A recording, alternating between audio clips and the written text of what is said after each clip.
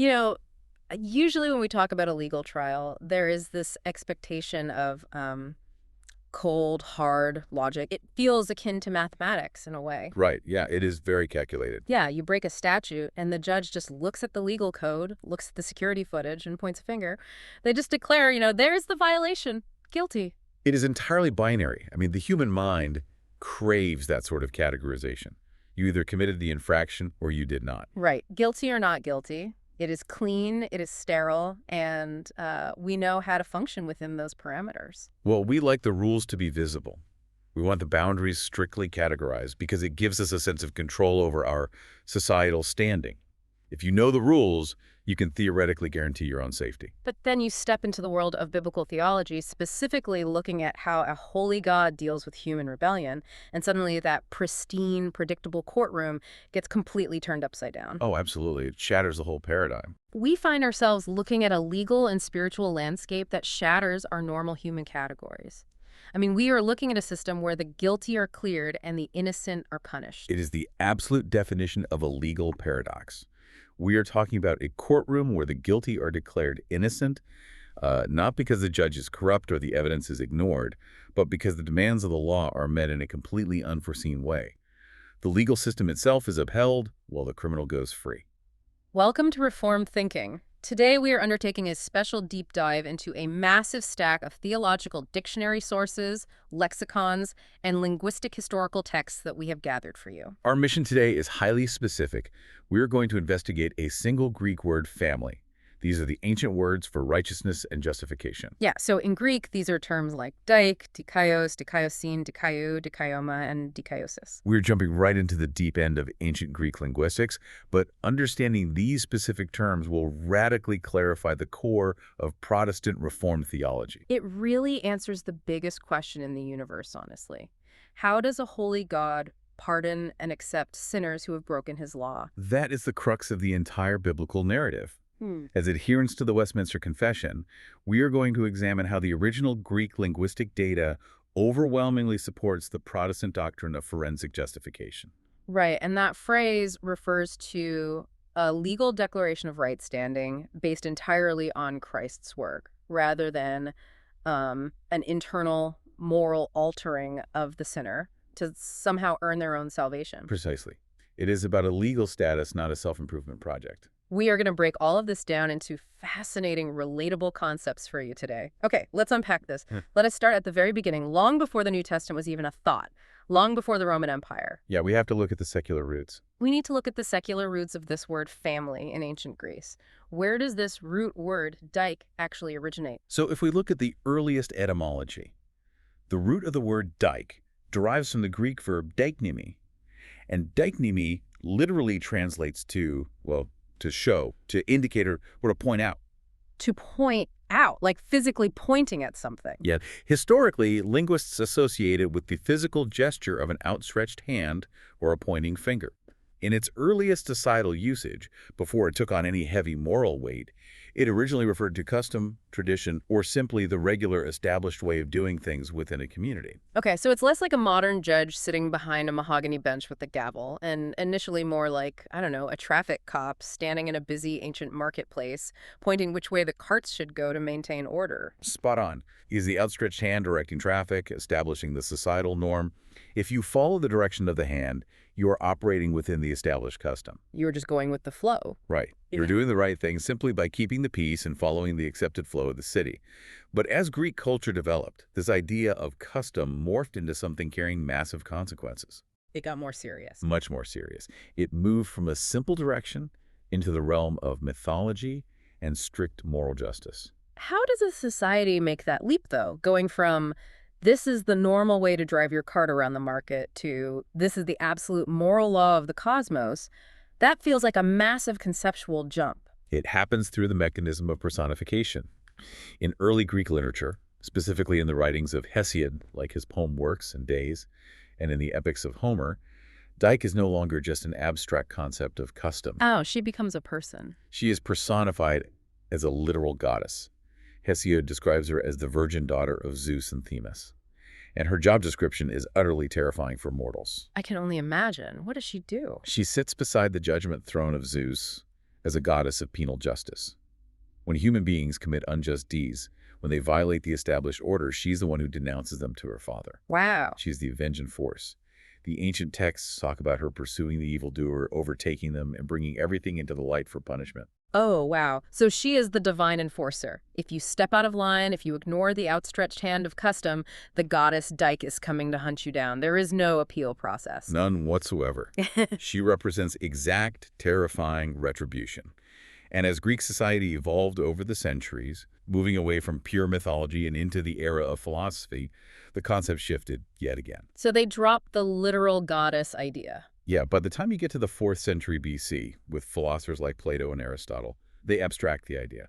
They move away from the literal, terrifying goddess sitting on Mount Olympus, and they turn dike and the related noun dikaiosine into an internal human virtue. It becomes the ultimate civic duty. Break that down for me. What does that civic duty look like for an average citizen walking the streets of ancient Athens? How do they achieve this dikaiosine? Well, for Plato, and particularly for Aristotle in his Nicomachean Ethics, being a righteous or just person, a dikaios person, means keeping harmony in the city-state. Okay, keeping the peace. Yes, it means fulfilling your obligations to the gods through sacrifice and to your fellow humans through civic participation. It is all about giving each person their exact proportional due. Just balancing the scales, basically. Yeah, Aristotle defines it as the application of all virtues in human society.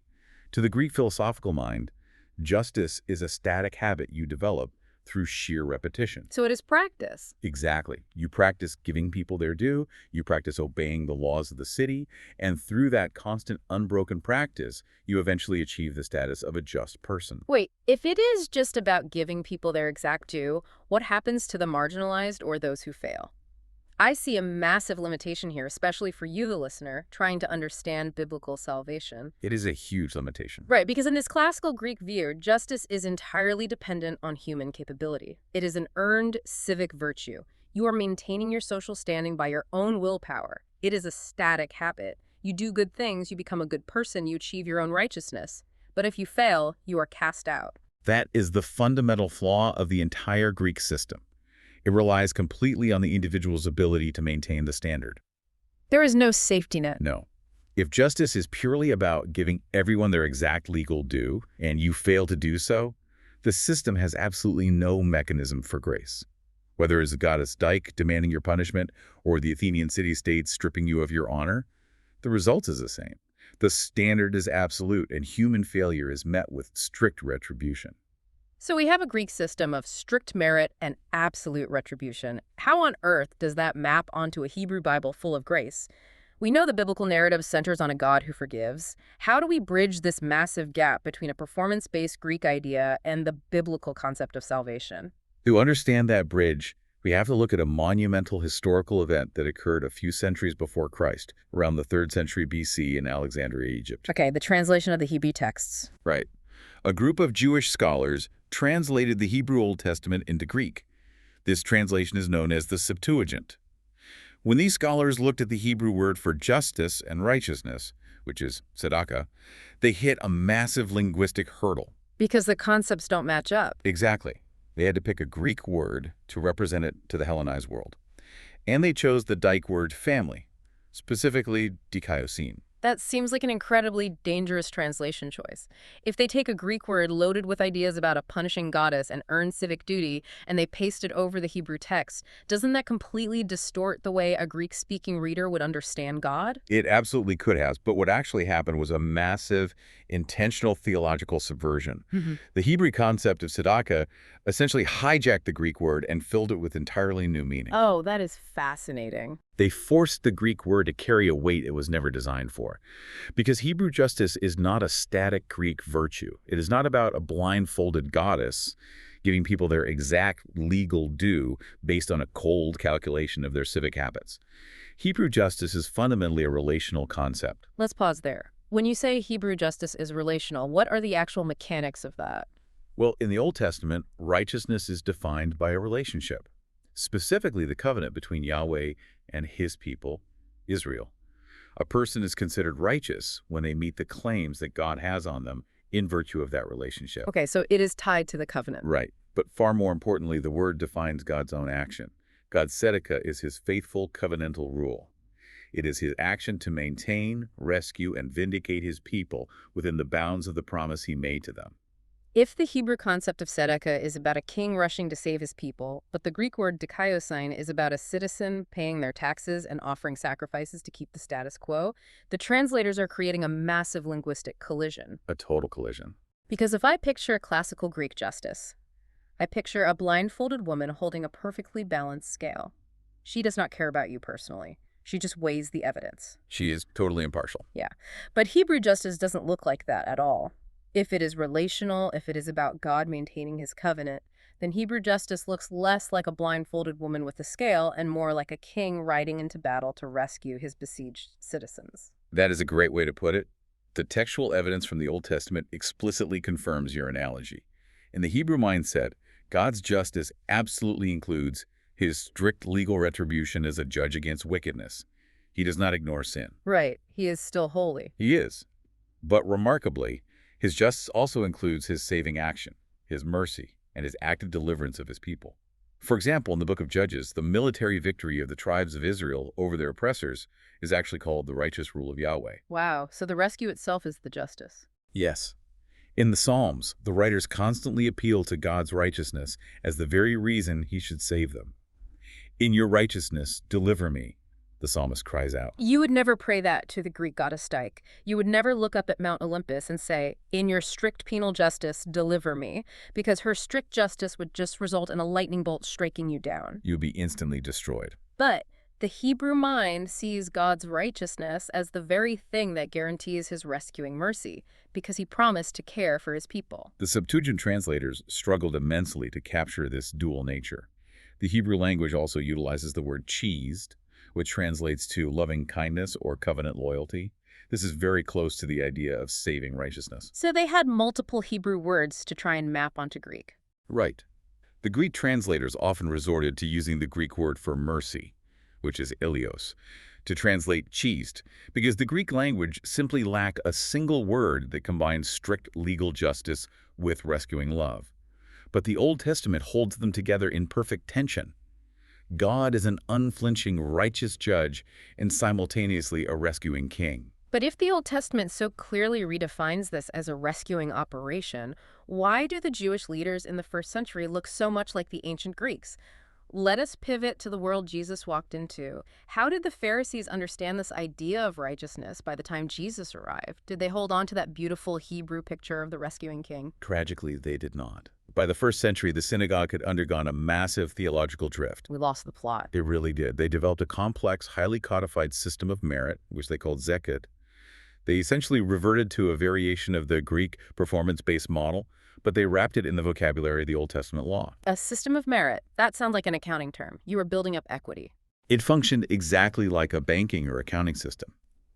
The rabbinic teachers divided all of humanity into three distinct categories based on their behavioral output. How did they divide them? First, you had the tzaddik, the righteous. These were individuals whose fulfillments of the law outweigh their transgressions. Their good deeds literally tip the scales of heavenly justice in their favor. And what happens if your ledger is in the red? Then you fall into the second category, the rasha, the ungodly. These were the people whose transgressions outnumbered their merits. They were viewed as spiritually bankrupt and destined for punishment. That is terrifying. It was. The third category was the Benoni, the average person. For the Benoni, their good and bad deeds hung in a perfect precarious balance. I want to talk directly to you, the listener, for a second. Can you imagine the psychological terror of living your life under a spiritual credit score? You would wake up every single day wondering if your good deeds tipped the scales, or if that one selfish thought you had just pushed you into the ungodly category. It is a terrible way to live. It is a system built on constant low-grade anxiety. You are perpetually auditing your own soul. It is the ultimate legalistic treadmill, and it exhausts the human spirit. The sad reality here is that this system completely abandoned the Old Testament concept of God's rescuing mercy. They just traded it for a spreadsheet. They replaced the covenant-keeping, rescuing king with a cold, human-centered accounting system. In this rabbinic view, the final judgment was seen simply as a mathematical calculation to see whether your merits or your transgressions were greater. You earned your status before the Almighty. Which means you do not really need a savior. You just need to try harder. You need to perform more good works to balance the ledger. That is the logical, unavoidable conclusion of the Zekut system. Understanding this specific cultural context is utterly crucial. It sets the stage for the absolute shock of the New Testament message. The gospel just shatters that whole framework. It completely shatters the idea that any human being can tip the scales on their own.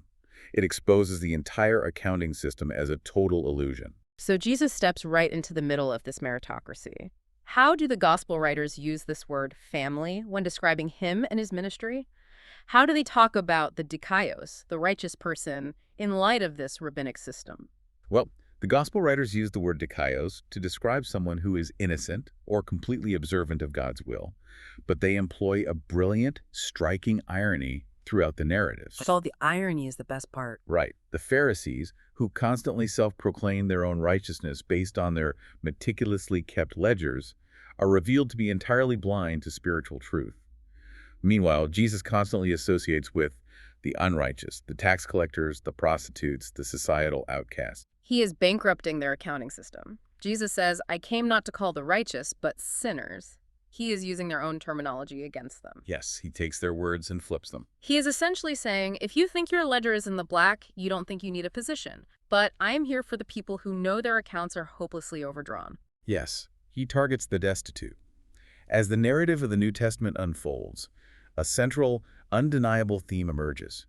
Jesus himself is identified as the ultimate and only true Dikaios. The only one who actually has a perfect ledger. The historical records list several incredibly poignant moments where this specific title is applied to Christ, often by the most unexpected secular observers. The people outside the religious establishment are the ones who see it. Give us some of those examples. During the trial of Jesus, Pilate's wife sends a frantic message saying, have nothing to do with that righteous man. She recognizes his absolute innocence, his complete dikaios status, even when the religious leaders do not. Wow, a Roman official's wife. Yeah. Then, at the cross, a Roman centurion, a man trained in execution, watches him die and declares, certainly this man was innocent, or in the literal Greek translation, this man was righteous. That is incredible. Later in the book of Acts, Peter preaches to the crowds in Jerusalem and indicts them, saying, you disown the holy and just one. The holy and just one. If he is the only human being who ever lived who actually possessed a perfect ledger, then he fulfilled the Greek ideal of giving God his perfect due. He fulfilled the Hebrew ideal of absolute covenant faithfulness, and he met every single legal demand of the law. He has a surplus of merit. He possesses infinite merit. And that flawless, unbroken record is what makes the next phase of the biblical narrative mathematically and legally possible. The transfer. Exactly. The Apostle Peter explains the mechanics of this in his first epistle, 1 Peter 3:18. He writes that Christ suffered once for sins, the righteous for the unrighteous, that he might bring us to God. The righteous for the unrighteous. If he has the only perfect record, he can transfer it. That is the mechanism of substitution. Christ is the true Dikaios, stepping into the place of the bankrupt sinner, taking the penalty they earned and offering the reward he earned. This concept of substitution completely dismantles the Pharisaical system. You are no longer relying on your own flawed attempts to tip the scales. You are relying entirely on the perfect record of the substitute. And no one talks about this more than Paul. No one in the early church unpacks the theology of this substitute more thoroughly than the Apostle Paul. This brings us to Paul, and what makes Paul's writing so fascinating is his personal background. Before the Damascus Road, he was a Pharisee of Pharisees. He was the ultimate accountant in this system. He was a man completely obsessed with his own meritocracy. He was a zealot for the Zekut system. Paul knew the exhaustion and the strict demands of that ledger intimately. And when he encounters the risen Christ, his entire theological framework is dismantled and rebuilt from the ground up. A total teardown and rebuild. Absolutely. Huh. He takes these Greek words, dikaiosine and dikaio, and he deploys them in a way that forever changes Christian theology. Let us start with the phrase he uses heavily in the book of Romans, dikaiosyntheo, the righteousness of God. Under the old rabbinic system, the righteousness of God was a terrifying standard that humans had to somehow meet. It was the crushing weight of the law staring back at you. But Paul changes the definition, doesn't he? He completely reorients the concept. Paul uses the phrase dikaiosyntheo not to describe an impossible standard we must achieve through sweat and behavioral modification, but a saving reality that God actively gives to us. It becomes a gift. It is a gift of grace, based entirely on the historical cross of Christ, and it is appropriated strictly through faith, completely apart from human works. God's righteousness is no longer just his demand, it is his provision. I want to get into the linguistic weeds here, because this is where the Reform view really plants its flag against other historical interpretations.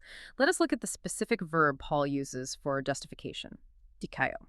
Break down the mechanics of this Greek verb for us. This is a masterful piece of linguistic proof for the Protestant view. The Greek verb dikaio ends with the suffix ou. In Greek grammar, verbs that end in ou, especially when applied to moral or qualitative states, do not mean to physically make something into something else. Okay, so what do they mean? They are declarative. For instance, the Greek verb axio means to deem worthy or to reckon as worthy, not to physically alter someone until they become worthy. So it is not a process of internal change.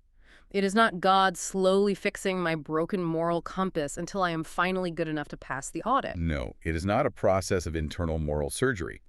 Verbs ending in oo in this context mean to declare, to account, or to treat as. When God justifies a sinner, when he performs the action of dikaioo, he is not instantly making them morally flawless on the inside. He is making an objective, legal declaration about their status in his court. I am guilty, caught red-handed. But the judge clears me because someone else's record is superimposed on mine. Let me use a modern courtroom analogy to make this crystal clear for you listening. Imagine you are on trial for a capital offense. The stakes are as high as they get. The security footage shows you doing it, the fingerprints match, the financial records prove your embezzlement. The evidence is completely undeniable. You are standing before the judge waiting for the life sentence to drop. You have no defense. None.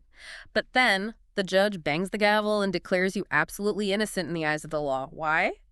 Not because you didn't commit the crime you did, but because someone else, someone with a spotless record, has stepped into the courtroom, taken your penalty, served your time, and legally transferred their flawless record onto your file. When the court looks at your file now, they only see the substitute's perfect record. That analogy perfectly captures the Greek concept of dikaioo as Paul utilizes it. It is an act of breathtaking grace, but an act of grace that completely satisfies the demands of strict justice. Because the crime was still paid for. Exactly. God does not just sweep human rebellion under the rug. The penalty is fully paid by the substitute. Therefore, the judge can be both merciful and perfectly just in his legal declaration. We call this the doctrine of imputation. Christ's perfect righteousness is credited to your account. This forensic declaration completely eliminates the need for the spiritual credit score. You are not trying to tip the scales anymore because Christ already tipped them infinitely in your favor, and that tipped scale has been legally handed to you as a gift. The ledger is settled forever. Paul uses two very specific noun forms to describe the mechanics of this grace in Romans chapter 5. He uses the words dikaioma and dikaiosis. It is vital to differentiate these terms to understand the depth and precision of Paul's argument. If we have this blanket declaration, what are the actual mechanics? What is the historical basis versus the personal application? Let's start with dikaioma. Dikaioma refers to a specific righteous act, a fulfilled requirement, or decreed ordinance. In Romans 5, Paul uses it to describe Christ's single act of obedience on the cross. So it is the actual historical event. Right. Paul sets up a contrast with Adam's single trespass in the Garden of Eden. Adam's one act of rebellion plunged all of humanity into ruin and guilt. Christ's single dikaioma, his specific righteous act of submission to the cross, reversed that ruin and made the righteous requirement of the law once and for all. So if dikaioma is the objective act in 33 AD, the historical event where Christ finished the work, what is my personal experience of it? What is dikaiosis? Dikaiosis refers to the actual act of justification applied to the individual. It is the process by which God executes this legal declaration for the believer. If dikaioma is the work Christ finished on the cross in history, dikaiosis is the judge banging the gavel and applying that finished work to your specific account the moment you believe. If my ledger is cleared by someone else, if the dikaioma covers me completely, is the law itself flawed? This brings up a massive question. Should we just throw the 10 Commandments in the trash because we are free from the courtroom? That was the exact accusation leveled against Paul by his first-century critics. They claimed his teaching of free grace promoted lawlessness and anarchy. But Paul vigorously defends the character of the law. In Romans 7:12, he writes that the law is holy and the commandment is wholly just and good. So the law itself is righteous. The Greek word for just there is dikaia. The law itself is perfectly righteous. If the law is perfectly righteous, why couldn't it save us? Why did we need a substitute? Because the fault does not lie within the law. The fault lies in humanity's total systemic inability to keep it. The law functions perfectly, but it functions as a mirror. A mirror. That is a great image. When you look into a mirror, it shows you the dirt on your face. It exposes the reality of your condition with perfect clarity. But a mirror cannot wash your face. The law shows us our total inability to meet God's standard, exposing our guilt and driving us to seek the grace found only in Christ. It shatters the illusion that we can earn our own righteousness. It proves that our personal ledger is hopelessly in debt, shutting every mouth and ending all our self-righteous arguments. Yes, the law holds the whole world accountable to God, making the forensic declaration of dikaio our only viable hope for survival. We need to address a massive tension that I know our listeners might be wrestling with right now. We have spent a lot of time establishing Paul's view. We are justified by faith alone, entirely apart from our own works, based on a legal declaration in a courtroom. But if you read the book of James, specifically James chapter 2, you run into a text that seems to say the exact opposite. This is the classic dilemma. James writes, "You see that a person is justified by works and not by faith alone." He specifically uses Abraham as an example of someone justified by works. Are the biblical writers just in open conflict on the most critical doctrine in the text? It is the most fiercely debated topic in Protestant theology, and the source material provides a very clear contextual analysis to harmonize the two. The apparent contradiction dissolves when you realize that James and Paul are fighting two totally different battles against two totally different enemies on two different historical fronts. Give me the battlefield map. Who is Paul fighting when he writes Romans and Galatians? Paul is fighting legalists.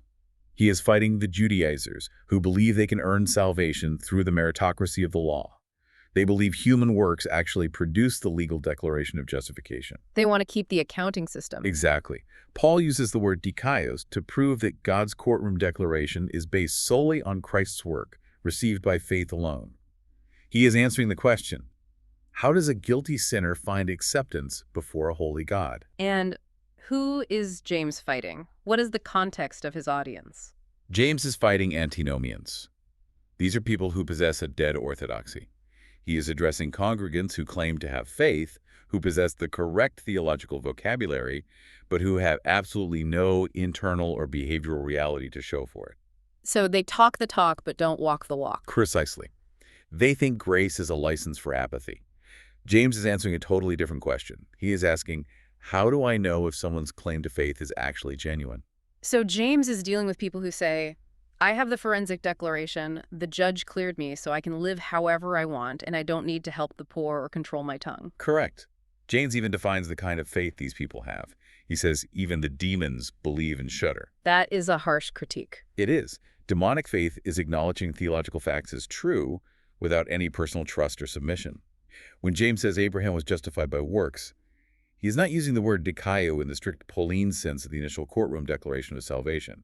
He's using it in the sense of vindication or public demonstration. So justification in James isn't the forensic decree in heaven, it's the earthly proof.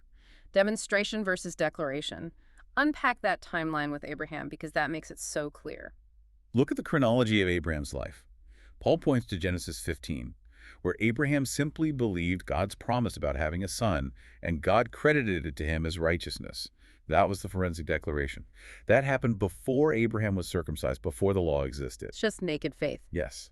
James, however, points to Genesis 22, decades later, when Abraham offered his son Isaac on the altar.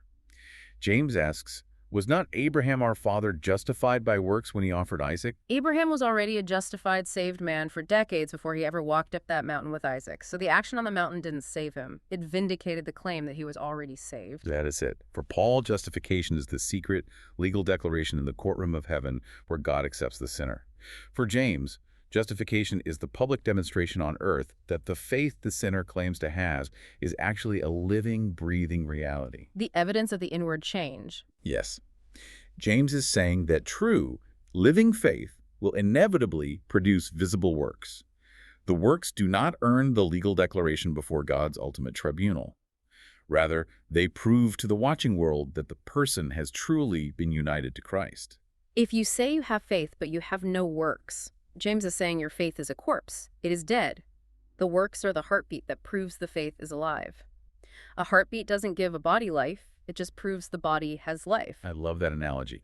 Both writers agree completely that salvation is by grace, and both agree that a saved person will live a changed life. They're just emphasizing different sides of the same coin to correct different legal errors in the early church. Which means the forensic decree does something to you. Being legally cleared in a courtroom does not mean you just walk out and live like a criminal again.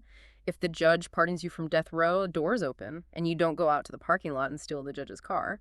There is a reality to the new life. In Reformed theology, based heavily on Paul's writings in Romans chapter 6, sanctification necessarily follows justification. You cannot sever the two. The legal declaration of justification permanently alters the believer's existential reality. Paul says that believers, having been freed from the penalty of sin, become slaves to righteousness. Slaves to righteousness. That implies a total change of ownership, a complete rewiring of our loyalties. God the Holy Spirit uses this new legal standing to actually renew the believer's daily conduct. The forensic reality creates an experiential reality.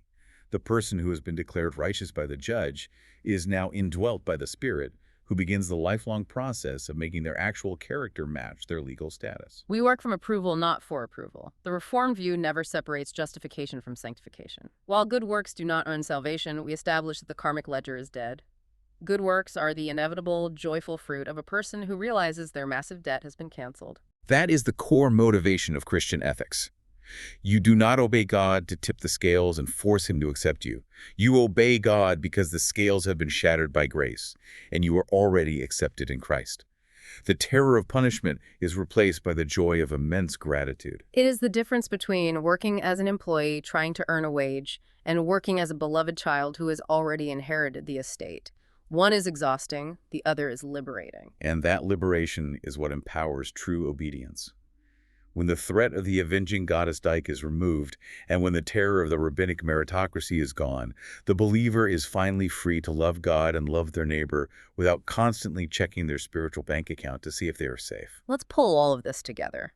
We have covered a massive theological and historical landscape today. We started in ancient Greece looking at dikaios, the pointing finger of custom, which evolved into a mythical goddess of punishment who demanded perfection and offered absolutely no grace. The goddess Dike. Right. And we saw how that word moved into an exhausting, first-century Pharisaical ledger of merits, where humanity tried to earn its way into heaven by carrying the impossible weight of the law. And finally, we arrived at the breathtaking grace of the New Testament.